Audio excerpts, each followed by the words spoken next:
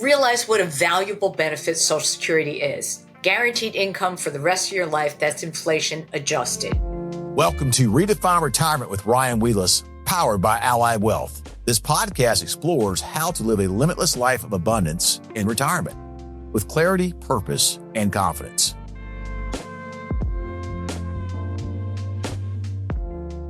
Today, we're joined by Mary Beth Franklin, a leading voice on Social Security, Medicare, and retirement planning. She's a certified financial planner, former investment news columnist, past senior editor at Kiplinger's magazine, and the author of Maximizing Social Security Benefits. Stay tuned. This is a conversation you won't want to miss. Welcome, Mary Beth Franklin, to the show, certified financial planner, Social Security extraordinaire. Welcome to the show, Mary Beth. Thank you, Ryan. I appreciate it. So tell me, anywhere I Google Social Security, a picture of you and some information about you and what you do comes up. So, what is it that made Social Security and Medicare your specialty? It's funny. It's actually a personal story. I've been a journalist for more than 40 years in the Washington, D.C. area, and I was at Kiplinger's personal finance magazine. My brothers and sisters are much older than I am, and as they were all reaching retirement age, they were claiming Social Security early at 62 and continuing to work, and then complaining to me that they were losing benefits because they were making too much money. And my reaction as the smart alecky little sister was, well, that's stupid. Let me look into it. And I was very fortunate to find someone at the Social Security Administration headquarters in Baltimore that taught me everything about how to maximize Social Security benefits. Now, this was back in the 2000s. I'd written a cover story in 2008 called 4 Ways to Maximize Your Social Security Benefits. And back then, in the days when people still wrote letters rather than emails, our rule at Kiplinger's magazine was if you get a letter from a subscriber, drop what you're doing and answer it. The only problem was I was getting mail bags full of mail, hundreds of letters every single week. And I set aside the first hour of every workday for a year to answer their questions. So that's when I knew people cared about this, and I wanted to learn as much as possible and then write about it, which I've been doing ever since. That's awesome. I know when we at Allied Wealth, we do educational events and we try to get pretty narrow focused. Taxes is a big one. Medicare is a big one. Social Security, we can't have enough seats, Mary Beth. When we talk about Social Security, so many people come because it really does impact everybody, right? I mean, there's everyone who has earned wages in this country and been married to a wage earner is going to get a Social Security check. Or should people anyway. Are very invested in this because they have paid their FICA payroll taxes their entire career. They know this is not a welfare benefit. This is an earned benefit that they've paid for, and they want to make sure they know how to get the most out of that very valuable Social Security benefit that not only lasts the rest of your life, no matter how long you live, but unlike private pensions, it's also adjusted for inflation. So it's an extremely valuable benefit. And that's why it's been my mission to teach people everything they need to know to claim Social Security in the best way that fits their particular circumstances. You mentioned the word pension. It's really interesting to me because 100% of a pension benefit is taxable at ordinary income tax rates, while only 85% of Social Security is taxable, even if you're earning a good amount of money. Does that ring true with you? That's correct. Since 1983, Social Security benefits have been subject to income taxes. Initially, up to 50% of benefits could be taxed as ordinary income tax rate. Later, it was added that up to 85% of benefits could be taxed. But as you're right, it's still favorable taxation compared to a traditional IRA or a pension. That's exactly right. So, Mary Beth, tell me this. There used to be all these file and suspend strategies, and you could do all these Social Security loopholes. And it seems like smart financial advisors like us got together and were helping people maximize the benefits, but then the loopholes got closed, right? So are there still claiming strategies out there that people they may not know about that can help them maximize the amount of money they get out of Social Security? Because as you said, you've already paid for it. So you should get every nickel out of the system that you can because it's already rightfully yours. There's basically two remaining claiming strategies. One applies to married couples and in some cases eligible divorced spouses. And I always encourage couples to figure out, how do I maximize my Social Security benefits over our joint lifetimes? And generally what I recommend is to have the spouse with the bigger benefit, who traditionally tends to be the husband, who traditionally tends to be a few years older, and who is more than likely to die first. So in that case, I urge that husband to wait up until age 70 to lock in the largest retirement benefit possible, because it's also quite likely that his higher retirement benefit will translate into the largest possible survivor benefit if he dies first. But having said that, it often makes sense for the other spouse, the wife in this case. Let's say she does have her own Social Security benefit, but it's smaller. And let's assume she's 62 and no longer working. In that case, I'd say, go ahead, claim your reduced retirement benefit early. And even though it's reduced for the rest of your life, it's bringing some cash flow into your household to help your husband wait for that big payoff at 70. And here's a secret that most people don't understand. Even though her retirement benefit would be reduced the rest of her life because she claimed it early, it would have no impact on her survivor benefit if she is at least full retirement age at the time. So there's really no downside to that idea of married couples coordinating their claiming benefits. Now, if you happen to be divorced after being married at least 10 years, divorced, currently single, and you get along with your ex-spouse, you also might urge him to wait till age 70, but you probably have a lot less control over that. The other remaining claiming strategy, and I want everyone to understand this, is retirement benefits and survivor benefits are two different pots of money. And in many cases, depending on the amount of your own benefit when you claimed it, you might be able to claim a retirement benefit first and switch to a larger survivor benefit later, or in a different circumstance, take a survivor benefit first and allow your own retirement benefit to grow to the maximum amount and switch to that at 70.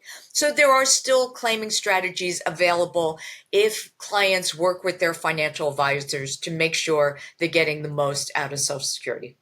And I that is what we do at Ally Wealth. It's oftentimes, and I'm thinking of a gentleman that just came in recently.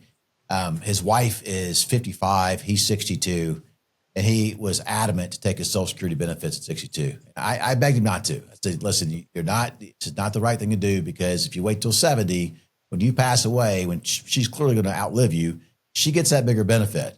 And he just couldn't get his head around it. So Mary Beth, what do you say to the people out there that feel like, I've got to get it at 62. I want to get all I can because I don't know how long I'm going to live. My break-even point is this. What do you say to folks with that mindset? There's a lot of folks out there like that. I would say, because of the uncertainty about the financial future of Social Security, we know that in the next 10 years, the excess reserve money that's known as a trust fund is going to run dry. That does not mean Social Security is bankrupt or that benefits are going to stop. It means if Congress does nothing between now and 2033 or so, that benefits could be reduced across the board. Now, do I think that's going to happen? Absolutely not. I cannot see Congress saying to 70 million people that we're going to cut your benefits. But it does scare people, and I'm finding more and more people are saying, I'm going to grab my benefits as soon as I can so I get something out of it. Well, my reaction is, if you need Social Security benefits because you lost your job or you're in poor health, go ahead and claim it, knowing that your benefits are going to be reduced for the rest of your life by up to 30%. But if you're claiming your benefits early just out of fear of what might happen down the road, to me, that is like selling your stocks in a down market. The only thing it does is guarantee that you just locked in a loss. And then if the worst case scenario happens and 10 years down the road, benefits are cut across the board, that's going to be a cut on top of the 30% cut you already took. So I don't think that's a good strategy. And to the gentleman you referred to, he wants to grab it at 62. Really bad idea, because he's much older than his wife. And in that case, as a married couple, you should be saying, how do I maximize the ultimate survivor benefit. And I do that by waiting up until age 70. Now, in your gentleman's case, there's actually two do-over opportunities. One is anybody has the right to change their mind about claiming Social Security within the first 12 months of claiming benefits. They file a Form 521 to withdraw their application, but there's a catch. They have to pay back any benefits they've received. And if anybody's collecting benefits on the records, like a spouse or a child, they have to pay that back too. So it's not a really popular option. But if you miss that 12-month window or you don't want to pay the benefits back, now you've got a second opportunity, but you have to wait until you're at least full retirement age, at which point you can suspend your benefits. So let me give you this example. Your client who wanted to claim at 62, his full retirement age 67, he claims 5 years early, he's getting a 30% haircut. He could collect his reduced benefits up until age 67 and then suspend them. That means those very valuable monthly benefits stop. But now they're going to start earning delayed retirement credits of 8% a year up until age 70. By the time his benefits are turned on again, he would have almost fully restored his full retirement age benefit. And if he died first, that's what his widow would get. I usually tell the guys in the audience, next Valentine's Day, forget the chocolates, forget the flowers, just get a really nice card that says, I'm waiting till 70. You're welcome. Well, I totally agree because, and we're going to get into this here in a few minutes on the podcast, but, statistically, women are about to become the richest population in America by a mile because they're going to outlive the husbands and they're going to be sitting on top of all this wealth. And that's not necessarily an easy thing to navigate because when a husband dies, the wife has 1 year left to file in the joint filer tax brackets, at which time she's got to move over to the single filer tax brackets, right? And then she's going to lose a Social Security check. And that's a big deal. You're absolutely right. When it comes to widows, there are so many disadvantages financially. Not only have you lost your husband, and you've lost much of the income he was getting, but as you mentioned, you have 1 year from going from filing under a favorable married filing jointly status to single. Now, if you've got the family home, also, while husband's alive, you have up to $500,000 of profit, capital gains free, that exclusion for married couples. When the husband dies, you're moving to the single category and you only get $250,000 of profit tax free. In addition, if you're in the Medicare bracket where you're paying a high income surcharge, you're moving from the double the joint married threshold, which is twice as high as the single threshold. So there's a lot of nasty financial shocks that confront widows when they're grieving, and suddenly their income may be cut, their tax bill may go up, and their Medicare premium may go up. That's when they really need to work with a financial advisor to make sure their assets are properly located. And I agree. And I think they should be working with a financial advisor well prior to that, Mary Beth. And it's interesting to me because you mentioned the Social Security check for the larger Social Security check coming into the house is often for the male, right? Correct. And a lot of times we have a perfect example last week, being one of my advisors in our one of our other locations. We're meeting with a guy and he didn't bring his wife to the meeting, and I just stopped. I said, "Listen, your wife is 5 years younger than you. We can't do this meeting." He said, "Well, why not? My wife doesn't help me make financial decisions." And I said, "She should." Because statistically, she's going to outlive you and she needs to know about some very important things. And we need to plan around those things because if we don't, she's going to wind up having less income into the household and she's going to pay more taxes on the income she has remaining. So we want to make sure we solve for that problem. And he looked at me, he's like, well, no one's ever told me that before. I'm like, well, a lot of advisors they really can't even talk about taxes because the big name wirehouses don't let them. And I feel like that's just such a void in our industry because it is just such an important factor, especially for the widows. I applaud your aggressive stance on that because I am a certified financial planner. I've been a member of the CFP Board's Women's Initiative since it was founded in 2013. of how to better serve female clients and how to get more women as members of the financial planning profession. We used to joke that financial planners were usually old, male, and pale.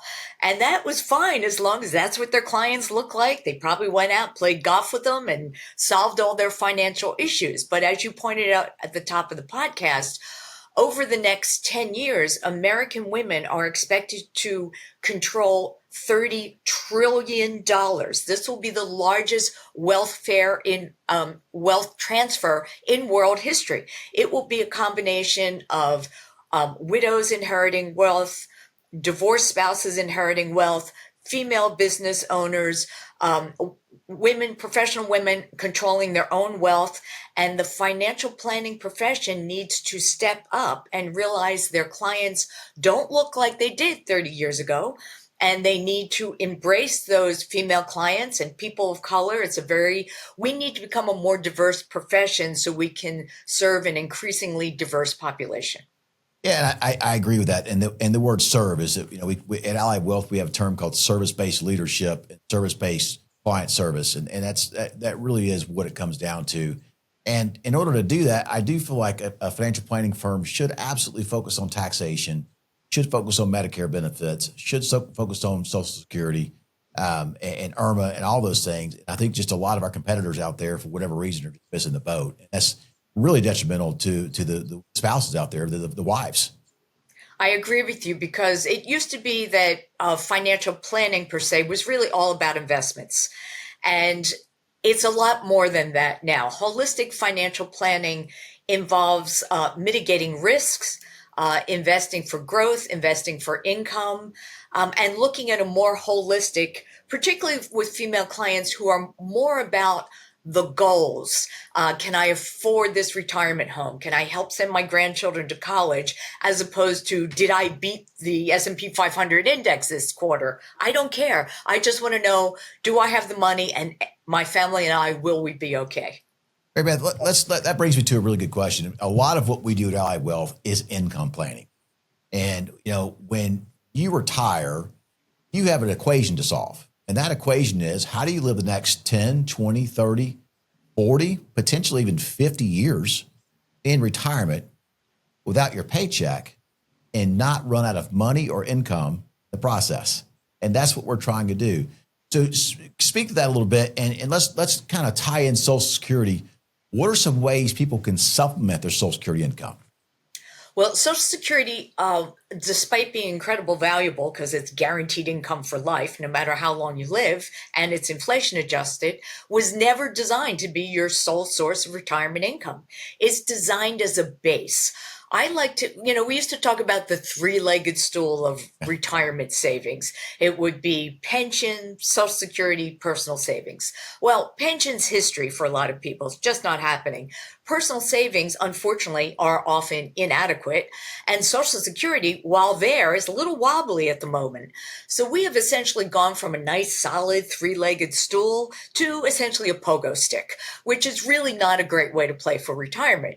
So I think instead, people should think of this retirement income pyramid. The base layer for most people is Social Security.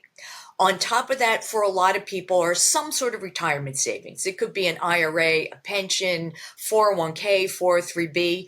And in the old days, when people didn't live quite so long, those two layers of Social Security and retirement savings would probably be enough to get you through retirement, but maybe not so much anymore. Now we have to look at other sources of income. For some people, it might be home equity, whether they're selling a big house for something smaller and cashing it in, whether they're taking a home equity loan or a reverse mortgage. That home equity could be a big piece of the retirement income puzzle, because frankly, more people have more money tied up in the equity in their home than they do in a retirement account. In addition, a lot of people talking about working even part-time. And if you're bringing money in, that's a little bit less than you have to draw down on your savings. And then there's everything else. Maybe you have an income producing property, maybe you have an inheritance, all sorts of things. But everybody's retirement income pyramid's got to look a little bit different. And now the question is, how do we take those sources of income out in the most logical order in the most tax efficient way. I'm a big believer of matching up my fixed cost in retirement to reliable sources of income. Social Security is one of those. If you have a pension, that might be enough. But for some people, perhaps they need an annuity on top of a Social Security benefit to create guaranteed income. It's what my husband and I have done. He's retired, I'm semi-retired, knowing that the rest of our investments continue to grow for growth because we could be in retirement 30 years. That's exactly right. And we always ask, if you have to have, I call it $60,000 a year in income coming in to cover your food, water, shelter, clothing, access to healthcare, medicine, transportation, and hey, let's throw some vacations in because we didn't work the last 30 or 40 years not to have a good time somewhat. Exactly. And let's say that demand on your monthly expenditures was $60,000 a year. Well, if you had $30,000 a year coming in from Social Security benefits, that means you've got a $30,000 per year income gap. Because 30 plus 30 is 60,000. Right? How much of that $30,000 do you want to have guaranteed to you as long as you have breath in your body?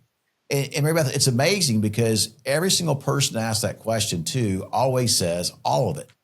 But so many people have a phobia of annuities for guaranteed income. Can you kind of walk us through why that might be and some ideas around that? It's true. They call it the annuity puzzle.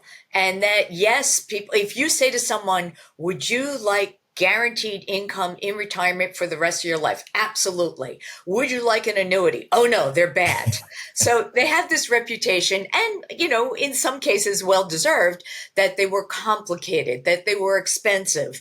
Well, the first thing is we need a new label for it because people simply don't like the idea of annuity, but they do like guaranteed income. And there are different types of annuity. Is it something you're going to get right now called an immediate annuity? Is it something you're going to invest in now to get money later? That's a deferred annuity. How is that annuity created? It is just going to be income that's going to be a fixed amount for the rest of my life or for 10 years, maybe until I collect Social Security? Or is it going to be something that has sub-accounts that are tied to market fluctuations? There's all different ways to create an annuity. They can be pretty confusing. That's why I think it's important to work with a financial advisor who is transparent, that can explain what is the purpose of this type of annuity. What is it costing me? Because it's not like just a pure investment. A lot of people say, well, it's just cheaper to invest in an index fund. Yes, it's true, but an annuity has a built-in insurance component. Insurance costs money. I, as a consumer, have a right to know how much that insurance component of the annuity is costing me and what is my advisor getting out of the deal. Do you get a commission based on it? Are you getting some sort of trailing revenue from it? It's a fair question. Tell me what this annuity does, how much it's costing me, why are you recommending it, and what are you, the financial advisor, getting out of that? If you can answer all those questions for me and I'm satisfied, well, maybe that annuity might be a good investment for me for a part of my money. No one would ever suggest I tie up all my money in an annuity because it's an illiquid investment in many cases. Once I've turn this money over to the annuity provider, the insurance company, it's basically I'm going to get a stream of money, and depending how it's designed, my heirs might get some money back or maybe not. I just need to be clear on what it does, how much it costs, and what problem does it solve. And I agree with you. And I know some of the annuity commissions are 5, 6, 7% out there. And people say, well, you earned a 5, 6, 7% commission. You're putting me in this for you. And I'm like, well, reality is you asked me to solve for income. And there's a couple ways we can do it. I can go out and buy a 30-year treasury bond right now. But to get the same income in a 30-year treasury bond we're getting out of this annuity, you've got to put $1 million in the annuity. $1 million in the treasury bond. You only have to put $500,000 in the annuity, right? So you've got to look at that. And at the end of the day, I agree with you. It's not necessarily, it's about the benefits you're getting. So for every dollar you invest, how much income do you receive? And ultimately, that's what matters the most. And of course, as you said, you don't want to put all your money into an annuity for income purposes for a lot of different reasons.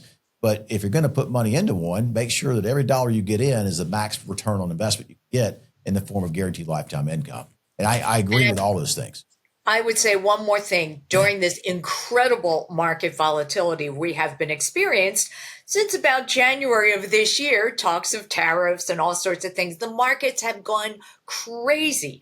Do you, as a retiree, want to be dependent on withdrawing money from your investment portfolio when the market might go down 30%? That's really not a good time to take money out. Wouldn't it be great if I had some form of guaranteed income that lets me sleep well at night, knowing that, yeah, the market's down, but I know I don't need that money right now? Mary Beth, let's jump back to Social Security. We got on the annuity topic a little bit. I think subsidizing Social Security income as we're talking about the three-legged stool for a minute. But, to the naysayers out there, we're talking about potential. I've read as much as a potential 28% cut in Social Security benefits. I think the research I've done, and you know this better than me for sure, but I think 78 cents on the dollar is covered from payroll taxes. But beyond that, if they did nothing, we could be looking at a 22% cut in Social Security benefits to people. And I'm not doom and gloom. What I'm looking for here is, what could Congress do? What actions could they take? What levers could they pull to rectify the potential shortfall issues that we may be facing? Well, there's lots of things Congress can do, and let's do a little history lesson first. Back in 1983, when I was a very young Capitol Hill reporter, you didn't know they hired 12-year-olds back then, did you? I covered the Social Security reforms, and back then, it was the first time that Social Security was in danger of not being able to pay full benefits as promised. And Congress jumped in to fix it at the very last minute, and they created a package of reforms. One was they raised the payroll tax rate to bring in more revenue. They raised the amount of wages subject to those payroll taxes. They gradually raised the full retirement age from what was then 65 to what ultimately is 67 for people born in 1960 or later. And several other, they tax benefits for the first time. All these things were considered outrageous. Can you believe they're going to increase the full retirement age? Well, that legislation was 1983. That final piece of raising the full retirement age to 67 isn't fully implemented yet. That really doesn't happen till 2027, when people born in 1960 turn 67. That's more than 40 years to get used to changes. That, in my opinion, is good public policy. The American people know how valuable Social Security is. Poll after poll shows that Americans are willing to pay more in payroll taxes if necessary to support this very important retirement income program. They don't want to see benefits cut. In general, most people do not want to further increase the retirement age. So you could see things. I wouldn't be surprised if Social Security benefits were up to 85% are taxable. Could be 100% could be taxable, but a much higher income threshold than it is now. Right now, the threshold for taxing your benefits are $25,000 if you're single, $32,000 if you're married, finally jointly. Those levels were set in 1983. They were never indexed to inflation. If they had been indexed to inflation, those thresholds would be closer to about $75,000 and $90,000 now. I think you'd see something like that. The problem is, when we come to this point where the Social Security trust funds, which is the reserve tax money that's been collected over the last 40 years, in the beginning, all they did was collect excess taxes and let it grow. And that trust fund was over $3 trillion, and it was earning all sorts of interest. So around 2010 was the first time that Social Security payroll taxes alone were not sufficient to pay all the promised benefits. So for the first time, we started tapping the interest that was earned on these Social Security trust funds. And that was fine for about 10 years. Around 2021, we're in the midst of the COVID epidemic. All these people have lost their jobs. And when you lose your job, you don't pay payroll taxes, and neither do your employer. So for the first time, Social Security FICA taxes and interest on the trust funds alone were not enough to pay all the promised Social Security benefits. So now we had to actually draw down the trust funds. And that's what we're doing right now. And if Congress does nothing between now and about 2033, when those trust funds are exhausted, there would be enough FICA payroll taxes to pay, as you said, about 78, 80% of promised benefits. That would mean an across the board cut for all beneficiaries. I don't think that's going to happen because these are old people who vote in higher percentages than anybody else. And Congress is not going to tick off 70 million voters. Not going to happen. Well, that's a very good point of view and a lot of great nuggets in there for our audience to garner and take into account when choosing their benefits. And before we shift gears into Medicare, I do want to spend some time talking about that because I know that you're an expert in that field too. And reality is Medicare impacts everybody. I don't care how rich you are, how poor you are. Everyone's impacted by Medicare. But Mary Beth, just in your expertise and your tenure and all the wisdom and knowledge you've garnered in this industry, what's one takeaway when choosing when to file Social Security benefits or how to claim benefits that you want our audience to take away from our conversation? Well, realize what a valuable benefit Social Security is. Guaranteed income for the rest of your life that's inflation adjusted. Don't take it lightly. Don't grab it early with a permanent reduction of up to 30% for the rest of your life just because you're worried about something that might happen down the road. Work with a financial advisor, figure out how the Social Security piece fits into your overall retirement income puzzle, and then make an educated decision of what's best for you. All right, let's jump into Medicare. Let's try to make it simple. One of the big things that we have with clients come in that, they're turning 64, 65, concerned about it. What do I do? A lot of ins and outs. I mean, Medicare can be confusing for so many. What should people understand before they turn 65? Again, Medicare is an incredibly valuable benefit. Once you are eligible for Medicare starting at age 65 and you enroll in the program, you will have these health insurance benefits. They do not cover everything, and you'll have some decisions to make. The first thing is you have to enroll in time. For most people, when you turn 65, you have this 7-month window. 3 months before your 65th birthday, your birthday month, and 3 months afterwards. For the majority of people, you must enroll in Medicare during that 7-month initial enrollment period. And if you don't, when you finally do enroll in Medicare later, you could face delayed enrollment penalties every month for the rest of your life. So you don't want that to happen. The big exception is if you continue to work and have group health insurance through your job, or if your spouse continues to work and you are covered through their group health insurance, then you don't have to worry. You do not need to enroll in Medicare until that group health insurance ends. One caveat, this is a problem particularly for small businesses and self-employed people. Group health insurance is considered a program that insures 20 or more employees. So if you're self-employed or have a small business and you have fewer than 20 people on that insurance policy, guess what? You still have to enroll in Medicare at age 65 or face delayed enrollment penalties. Once you enroll in Medicare, you've got two big choices. You either choose to stick with original Medicare, or you go with a all-inclusive Medicare Advantage program. Let me explain the difference. If you are enrolled in original Medicare, which is Medicare A, covers hospitalization. For most people, it's, quote, premium free because you paid for it your entire career through your FICA taxes. Medicare Part B has a monthly premium. Most people are paying about $185 a month for Medicare Part B, which is deducted directly from your Social Security check, assuming you're also enrolled in Social Security.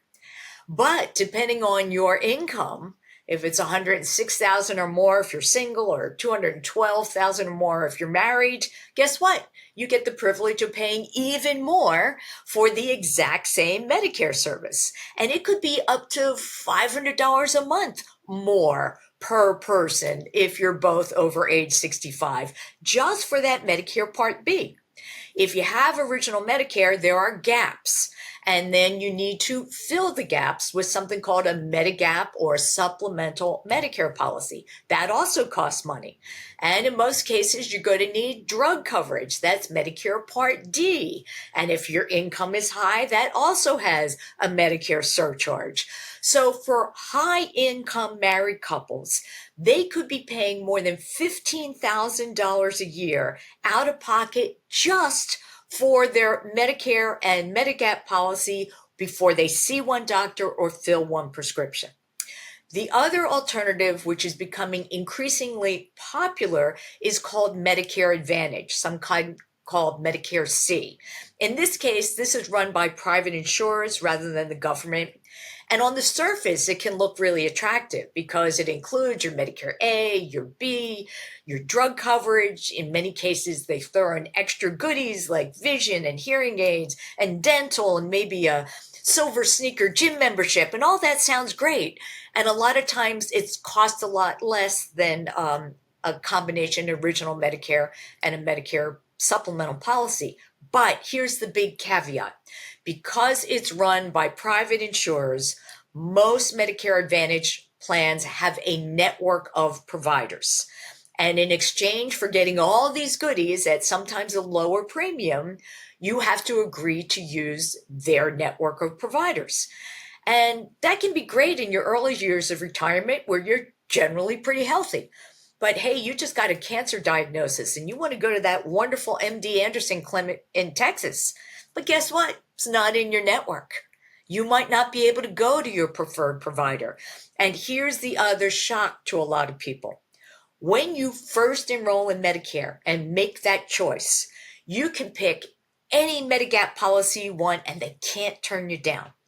After that initial 6-month window and you want to change plans, well, now you have diabetes or now you have cancer. We don't want you. Or we don't want you at this price. We're going to charge you more. I always urge people who can afford it to go with original Medicare and the best Medigap policy they can afford, which is usually a type G plan, which is all in comprehensive. And if you find later in retirement you can't afford that, you can always scale back to a cheaper policy. It's very difficult to go the other direction. If you buy a cheap policy in the beginning and then you get sick later and you want more coverage, it's much harder to trade up to a richer Medigap policy. So if you can afford it, stick with original Medicare and get the best Medigap policy you can afford. Does Medicare cover long-term care? The answer is no, it does not. There are some cases, if you're in a skilled nursing facility getting hands-on care, that's one thing. But most people who are in nursing homes or assisted living, this is just activities of daily living. This is not therapeutic care and consequently is not covered by Medicare. And it's very, very expensive. Mary Beth, this is, you kind of alluded to this, but what is IRMAA? Like we have a slide, one of our seminars for that we teach retirement planning classes at local colleges and universities. We talk about meeting Aunt Irma. What if you're hit with Irma, and how could you get around it? IRMA is, I like to think of it as a hurricane for your healthcare costs and retirement. It stands for Income Related Monthly Adjustment Amount. And it's basically a high income surcharge. We talked about these thresholds, and it's a little confusing because your Medicare premiums this year in 2025 is based on your last available federal tax return, which by definition is 2 years ago. It's the 2023 federal income tax returns you filed in 2024. That's what they're using as the basis of your income. For that year, if you're single and your income's $106,000 or less, married filing jointly, double that, $212,000 or less, you're good. You're paying the standard Medicare Part B premium and Part D premium.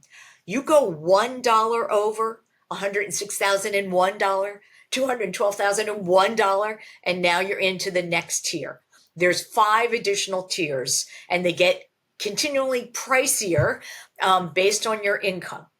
I think to have more control over your income taxes and your Medicare premiums in retirement, you need a pot of tax-free money. There are different ways to do that.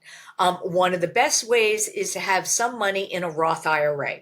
Either you were funding a Roth IRA from the beginning, or over time you take money from your traditional IRAs, you convert them to a Roth IRA. Now, it is true, you have to pay income taxes on that amount you convert, but then that money going forward is in a tax-free income pot. It could also be loan from a cash value life insurance. It could be withdrawals from a cash value life insurance. It could be proceeds from a reverse mortgage. There are different ways that you can have this pot of tax-free income. And if you knew, for example, that, gee, I am going to be $5,000 into the next IRMA income tier that's going to cost me a lot of money in Medicare premiums, if I could just take that $5,000 from my tax-free income pot instead of from my taxable pot, you could save yourself a lot of money going forward. So again, this comes to the very important tax planning with your financial advisor. You have to estimate somewhat, because we never know exactly what the IRMA premiums are going to be 2 years from now, but we can assume they're going to be at least as big as they are this year. So you can get a rough idea. So give me some ideas. You've done a lot of work on improving retirement security for women. What are some of the unique challenges that women face today? Women have a real challenge in retirement for several reasons. The big issue is longevity. They're going to live longer in retirement than men, and they often do it alone in the last years of their lives, either due to widowhood, divorce, or increasingly never being married. In addition, for the women who work, they often make less money over their lifetime than their male counterparts, which means they have less money to save and invest, which means the nest egg tends to be smaller when they get to retirement, and they have to stretch it over more years. Social Security is very important to women. More than half of the beneficiaries over age 62 are women, and more than 2/3 of beneficiaries over age 85 are women, because they tend to be the ones that live to very old ages. I do encourage women to embrace financial literacy. Most women are running their households. They understand their household budget. They know what money's coming in and what's going out. What I try to say to women is saving for retirement is just like your household budget, but it's 20 and 30 years from now. You can do it. The same skills you have to run a household are the same skills you need to save and invest. And if you feel you need help, find a trusted financial advisor that can not only help you invest for your future, but educate you about those decisions. You should never invest in something you don't understand. You should never be able to say, explain to me what this investment does, why I should do it, and how much it's costing me, and what are my alternatives. The bottom line is you need to be financially secure to get the most out of your retirement. So educate yourself however you need to do it. And ladies, you can do this. You have the power. If you could change one thing about how we approach Social Security and Medicare policy in the U.S., what do you think it would be? Oh, make it simpler. It's so complicated. It doesn't need to be this complicated, but it's a lot like the tax law. Thousands of pages, because every time they change one thing, it gets layered on top of all the other existing laws. So things are often grandfathered into it. It shouldn't be this complicated. All right. So you've been at it a while. What's next for you? What do you got going on? You got your podcast, a TV show. I mean, what's next for you in the space? That's right. I do have a 1-hour special on public television called Social Security and You with Mary Beth Franklin that talks about a lot of the things we just talked about here. But I am semi-retired. For more than 40 years, I had a weekly deadline, whether I was writing for United Press International on Capitol Hill, or I had a syndicated newspaper column for about 10 years. It was in 200 newspapers. I wrote for Kiplinger's Personal Finance magazine. Along the way, I became a certified financial planner and wrote for financial professionals through Investment News, which is a publication for financial advisors. And I gave up that weekly column at the end of 2023. And now I just focus on doing things like podcasts and webinars in person, online. I love educating consumers and financial advisors. I love the give and take like this. And I also love not having a weekly deadline anymore, so I can play a lot of pickleball. Oh, you're a pickleball player, huh? I am. That's awesome. It's such a neat game. We have I've played it a few times. I'm more of a golfer than a pickleball player, but I'm getting more into it. And I went to go and play with some clients, and they were older than me, and a friend of mine, and they kicked our butts up and down that court. It's a fun game, and the hardest thing is learning how to keep score. I always just try to hit the ball and keep it inside the boundaries of the court. I wasn't even worried about keeping score, and we may not have even scored any points. I don't recall, but it was a good time. I remember that. Well, Mary Beth, where can people learn about you, buy your ebook, tune in your television show, your podcast? You can go to my website, which is marybethfranklin.com. There's lots of free articles available about all sorts of Social Security claiming strategies. You can purchase my ebook there, Maximizing Social Security Benefits. There's lots of video clips and a trailer on my public television special. Awesome. Well, Mary Beth, that'll do it for today's episode. I cannot thank you enough for being here with us today. I learned a ton being here with you. You've been an amazing guest, and I just can't thank you enough, and I wish you all the best in your future endeavors. Thanks for the opportunity, Ryan. I appreciate it. Be well. Subscribe to Redefine Retirement on YouTube, Spotify, or wherever you listen to podcasts.